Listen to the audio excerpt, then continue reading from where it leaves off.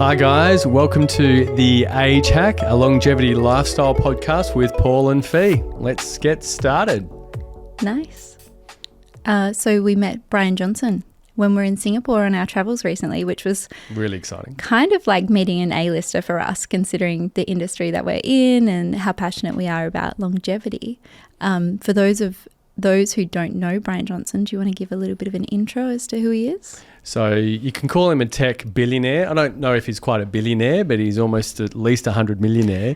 He was in tech, sold his company for a lot of money, and I think he really probably didn't have a lot to do and just wanted to optimize the human body. So he spent, I believe, more than anyone else in the world on optimizing his body into not just longevity, living as long as he can, which he definitely has done, but also living the most optimal, best way that he can and reversing, in essence, the aging process. Yeah, and they're sort of saying that, you know, he's dedicated his body to science, which I think is really cool because I think a lot of people, you know, leave their body to science when they go, but he's doing it while he's still alive, and then other people are calling him a real-life vampire, and he's a really interesting guy. He had plenty of time for us. He did, you know, with someone like that, he was actually in Singapore to run a seminar. So people were paying to come and see him. And we met him outside the hotel, and he had all the time in the world for us. He was happy to chat. I almost had to say, all right, Bryan, we've got to go. So sorry. So sorry. But he was brilliant. I could have chatted to him for hours, but I felt like his mini entourage or the people that look after him were like, look, he's a busy guy. Move on. You've had enough of his We know time. Bryan talks too much to too many people. He's too generous. Like, stop taking his time. But he was amazing, and I could have chatted to him for hours. He was super knowledgeable, but found we got into a really good conversation about longevity and ingredients. Yeah, and he looks great as well. Like, he does have this strange inner glow. That's what I was going to say. It looks like he's sort of glowing, and is. I don't know how to explain it, but you can tell he's sort of older, but he doesn't look older. It's kind of this ageless look. It's quite strange. On top of that, he was standing on one of those automated skateboardy single wheeler things that you steer with your knees, and he looked about 2 meters tall. So we were sort of craning our necks up to look at him, but he was stable on that thing as well. Just super fit and super quirky and very intelligent amongst the longevity scene. Really cool experience. It was really cool. So now we're going to jump into our Blue Zone tip of the week. So this one is coming from Nicoya in Costa Rica. Nicoya, the average lifespan is 85, which is why it's considered a Blue Zone, the world average being around 71.3 at the moment. And I think the tip of the week, and it's something that kind of came up for us recently, was they have a lot of legumes and beans in their diet. And I feel like beans get a bad rap. It's like they're not a vegetable, they're not a protein, they're kind of somewhere in between. And then, you know, we don't eat a lot of them, but we were looking into it recently and we were sort of finding that there are some health benefits. Wait, they're not a vegetable?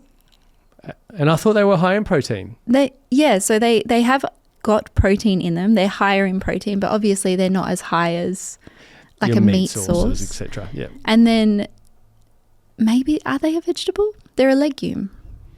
So yeah. I'm not sure if that falls quite into the vegetable category. I would have assumed they were a vegetable. But hey, I'm hearing all these different things lately about, we all know tomato is a fruit, but then, you know, a zucchini is a fruit or something like that. And I'm like, that can't be a fruit. It has to be. So yeah, I'll take your word for it. Maybe we need to research that. Yeah, but they're high in fiber, high in protein. They're super healthy for you, rich in potassium, iron, I think even magnesium.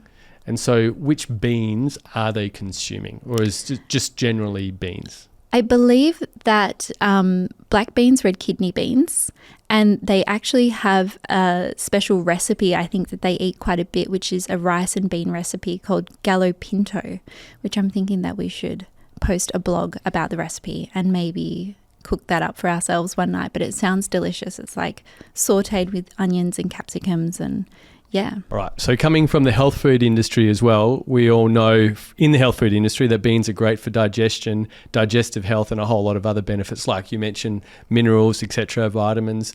And let's be honest, people should use them and they do good things to the body. Anyway, what's next? So next up, we like to talk about what are Dr. David Sinclair and Bryan Johnson up to at the moment. And I figure because we were just with him, we can talk about Bryan Johnson. Sure. And so you mentioned earlier he was in Singapore, and that was for his Don't Die Summit. So he holds these summits around the world, and they do panels and workshops all about sort of optimizing longevity, and that is including improving sleep. And so I wanted to know, for a while you were wearing a Whoop band. I was about 2.5 years ago, yeah. Yeah, and you had that for quite a while, right? I wore it for just over a year. Okay. Yeah. And so in that year, how many times do you think that your sleep score was over 95%? I don't think it ever got to over 95, but over 80, I believe, was good, and it regularly was around that 85 mark. Okay, so on average you were sort of 80, 85? It was always good, and it really helped me because I always thought I had terrible sleep, and then seeing that actually, although I might wake up during the night, be a bit restless, my sleep qualified as a good sleep. Yeah, nice. Well, the reason I bring it up is because Bryan Johnson, he recently broke his own record of 3 months straight, 95 plus sleep scores. Really? Wow. And that is including travel, including changing time zones, all that kind of stuff. And yeah, I wasn't sure. Did you know that? No, I had no clue. And does he give the blueprint on how he achieves it? Well, I thought that was something that we could try to figure out. So, if you were angling to get a sleep score over 95 and really optimize your sleep for longevity, what are the kinds of things that you would be doing? Well, first I'd like to say do as I say, not as I do, because, I definitely don't get scores like that. And I probably don't do all the things I should be doing. But for what we know, you want to avoid blue light just before bed. So that's really, blue light is highly emitted from your phone and computer screen. So TV. Definitely avoid that. TV emits a bit of blue light. You can technically watch a little bit of TV before bed if you've got blue light glasses on. Oh. So that would really help. With your phone and a computer screen, it's ideal to just not use them at all. And they're also dopamine spiking devices. So if you hit a dopamine spike before bed, that's going to keep you awake. So ideally, avoid the phone and avoid the computer screen an hour, if not 2 hours before bed. Great advice. Take a magnesium supplement. So magnesium is shown to relax the muscles and help the brain and body get into a deep REM sleep. So that's really helpful. About that 300 to 400 milligrams of quality magnesium, not an oxide. So avoid magnesium oxide. Look for the other ones like citrate, threonate, biglycinate, etc. Make sure that the person doesn't eat 3 hours before bed. So if someone's got a tummy full of food, it can cause gastrointestinal upset when they lay down, and that can keep them awake. But also the action of digesting heavy foods mean that the body can't get into a deep sleep quick enough. Also, and I know this because you've told me, the Bryan Johnson gets to bed by 8 o'clock every night. Early nights. Early nights, really important. So because of the human evolution, we've evolved to go to bed in the dark when the sun goes down. If we stay up till 1 a.m, we miss a really large chunk of time where the body was used to getting into that initial deep sleep. So most of our deep sleep occurs, they say, between 9 o'clock and midnight. So people that are getting to sleep after midnight can often not get any deep sleep, if not enough. So then when you say that about natural light kind of dictating the circadian rhythm, should we be having these really intense block out curtains? Yes or no? Or do you want there to be a little bit of natural light? No, you want the block out curtains. Yeah, you want as dark as you can, ideally. And then in the morning when you're ready to wake up, you do want a really good flush of light to get the cortisol levels up so we can wake up and start feeling energized and refreshed. Get outside, get some sun as soon as you wake up. Exactly. Yeah. What about temperature when you sleep? Good point. So I forgot about that one. You want around between 18 and 19 degrees. It's cold, It's right? cold, We do yeah. this. It's cold. Yeah, so a hot shower before bed will heat the head, and then as the brain and the head cools, will release hormones for like melatonin and help the person fall asleep. So good to have a nice warm shower. Make sure you get the back of the head and let it cool so people will sleep better. Get that initial deep sleep. And then, make sure if you can, turn the air conditioning on. We do this and keep it between 18 and 19 degrees, and that will improve your sleep as well. I love it. Any other tips? I'm sure there's more. Can you think of any? Well, I was just interested. You briefly mentioned producing melatonin. When would you suggest for someone to take melatonin? Melatonin is brilliant. So not only does it do things like help you signal it's time to sleep, it also in larger doses can help with inflammation, etc. So it definitely has its place. But taking melatonin long term can stop the body's own production of it. And that makes sense with a lot of things. You know, people that inject, say, foreign testosterone or steroids, they stop producing their own. And same if you take melatonin, you can stop producing your own and so on. So the best time to take it is when you're traveling. So time zones. If you're crossing time zones from, say, Melbourne to the USA, there's a huge difference in time zone. The body isn't used to that circadian rhythm, and you might struggle to sleep, and that's known as having a brain snap here. Insomnia? Well, it is insomnia, but, jet lag. That's the word. Jet lag. So people get jet lag. And so you might feel tired during the day, but you're wide awake at night. And that's because the body is used to that sort of circadian rhythm from where you came from. When you take melatonin, it will help reset that circadian rhythm. And then that person can get into a nice deep sleep on the first night and hit the ground running instead of taking 3 days to start to feel normal again. So when you're traveling, maybe if you're going on to night shift, and really you should only have to use it for a couple of nights just to get into that rhythm. Yes, that's and then right. your body should pick it up naturally. Ideally, yes. And when you don't want to have it is, let's say you're falling asleep at 10 o'clock at night, no problem, but you're waking up at 3 a.m. You don't want to take it at 3 a.m. because you'll reset your clock to wanting to fall asleep at 3 a.m. with that melatonin flush. So always hit it at the time that you believe you want to start going to bed, and don't use it as a sleep aid halfway through the night. All right, so we're going to keep talking about supplements for 1 minute longer. My favourite. Okay. I know. I feel like we've already talked a lot about supplements at the moment, but obviously it's... Yeah, where did that come from? I think you're passionate about it, I'm passionate about it, but... If they work. This is technically your dedicated time to talk about a product or an ingredient that you're really excited about. What would you like to talk about today? Well, this is a longevity podcast, and so the most popular, well-known longevity ingredient discovered really and made popular by Dr. David Sinclair is NMN, which stands for nicotinamide mononucleotide.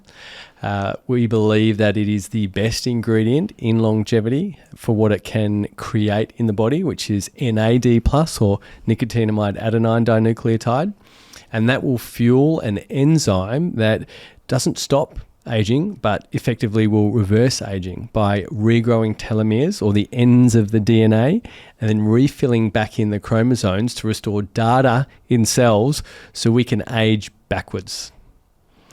I still want to talk more about it. Is that my minute? I really like it when you talk about cell damage, and you speak about sort of taking photocopies of photocopies and what's happening when the cells are replicating. So I think I've got permission? Go on a little bit more. So on average, a cell will reproduce 8 times per year. It can be a lot more than that, can be less than that. But let's just say there's a skin cell on the eye. The way that skin cell knows how to reproduce is the DNA holds the blueprint. It's just DNA. People don't realize what it is. It's just a storage of data. And so what happens is when that cell is ready to die, move on, or go through what's called senescence, the DNA strand holding the data doubles in length. And then it separates and goes into the new cell. The old cell dies or goes through senescence, and the new cell replaces that old cell. And that's how we replicate and keep our cells regenerating. Every time that occurs, though, the end of that DNA or we can think of it like a train track, gets deleted. One of the planks gets taken up. And the chromosomes in between that DNA, as those planks get depleted, disappear as well, meaning that that DNA stores less data, which means eventually that skin cell won't know how to assimilate and produce as much collagen and elastin, and eventually you'll get wrinkles. The quality's degraded over time. Yeah, as you mentioned, a photocopy of a photocopy stays nice and white. Do it 100 times, it gets black and scratchy. Same with cells. And that is how we die. You know, there's 3 ways. It's an accident, you know, God forbid a car crash or a plane crash, disease, or DNA shortening. So when someone goes to bed at 90 and then doesn't wake up because maybe their heart gives way because of an artery that's gone through atherosclerosis or hardening, etc., it meant that the DNA that stored the data in that cell didn't know how to produce, again, enough collagen, elastin and other ingredients to produce a healthy cell, and eventually something gives way. So if we can get an ingredient that will regenerate DNA length, these cells can effectively age backwards. Start making healthy cells again. Start making healthier cells with the right amounts of ingredients like collagen, elastin, etc. And we don't have to stop aging. We can age backwards. So Dr. David Sinclair, who discovered this, there's photos of him 20 years ago. He looks younger now at late 50s than he did at late 30s. He looks amazing. He looks amazing, yeah. And so they say the first person to live to 200, they're now even saying 500. No way. They are, yeah, is alive right now. And we believe that this ingredient NMN has a massive role to play due to how it functions in the body. 500. 500. That'd be a good innings. Jeez, yeah, you could do a lot with 500 years. Yeah. Would you want 500 years? Maybe our listeners probably would. Yeah. So we're into the final section of the podcast for today, and it is our amazing story of the week, where we like to share stories about people who are achieving great feats later in life. And this week I would love to chat about Diana Nyad, who is a long distance swimmer. And in 2013, at the age of 64, she swam 180 kilometers from Cuba to Florida without a shark cage. Okay, that's risky. That's reducing the average of the blue zone. I know, possibly. But isn't that just incredible? She, really interesting lady. She had sort of a tough upbringing growing up. She had a lot of sickness. She was assaulted, and she's really overcome all of these challenges. And I think the thing that I liked most about this story was just her perseverance, because she'd actually had 4 failed attempts prior to being successful in 2013. The same swim? Yeah. Failed 4 times. The same swim failed 4 times from Cuba to Florida. Amazing. Now, this is putting you on the spot, but do we know how far she got on those attempts? I could find out. I definitely could bring it up, but I can tell you sort of what happened in each attempt. Okay. The first attempt, she failed because of high winds. So it's not her fault. It's cancelled it because of the winds. Second one was winds again, but she also had severe asthma and pain. The third one was currents and Portuguese men of war stings. Really? The jellyfish. And they were actually stinging her at the time or risking? No, they were stinging her at the time. Okay. So pretty severe. Not fun. And then the fourth one, this is the last one before she was successful, was storms. So she was actually swimming in the middle of storms and more jellyfish. Yeah, right. Okay. Yeah. And then she was finally successful on her 5th attempt. 180 kilometres. 180 kilometres. Now, how long does that take? So the swim took her 53 hours. So they're not measuring it in how many days. Is she basically swimming non-stop? I believe so. She's obviously maybe resting on a boat, having a bite to eat, jumping back in. But 53 hours, that's unreal. That's faster than 3 kilometres an hour. Yeah. Well, the great thing is if you wanted to know more about it, they did make a movie about her called Nyad, which I think is on Netflix. And it is covering her journey, so covering that swim and the lead up and everything. So, yeah, we could get into it and follow her story a bit more. Well, that is an amazing feat. I don't think I could swim a single kilometre, let alone 180. 180 of with them. no shark cage. Amazing, right? With jellyfish everywhere. Yeah. Impressive. And I always like to finish on a nice quote. And so this was about the film that they made about her journey and her story. And she's quoted as saying that our film is not about a record. It's about a woman who woke up at 60 and realised she wasn't finished, even though the world may be finished with her. Well, it wasn't finished with her yet. They're making a movie about her now. Just incredible. Yeah. Now she would be, so that was 2013, she'd be 75 now. Yeah, I wonder how she's going. I wonder how far she's swimming. I think she would still be swimming, for sure. Maybe just not in shark-infested waters. Maybe just in a pool. Maybe just in a nice, relaxing pool in Florida somewhere. Magnesium pool, hopefully. So that is Season 1, Episode 1 in the books. Thank you so much for tuning in to listen to the Age Hack podcast. Thank you to our sponsors, the Age Hack, and feel free to check us out on Instagram. Check out the Age Hack online. They've got some amazing blogs, Blue Zone recipes that you can read all about to continue your longevity lifestyle. See you next week.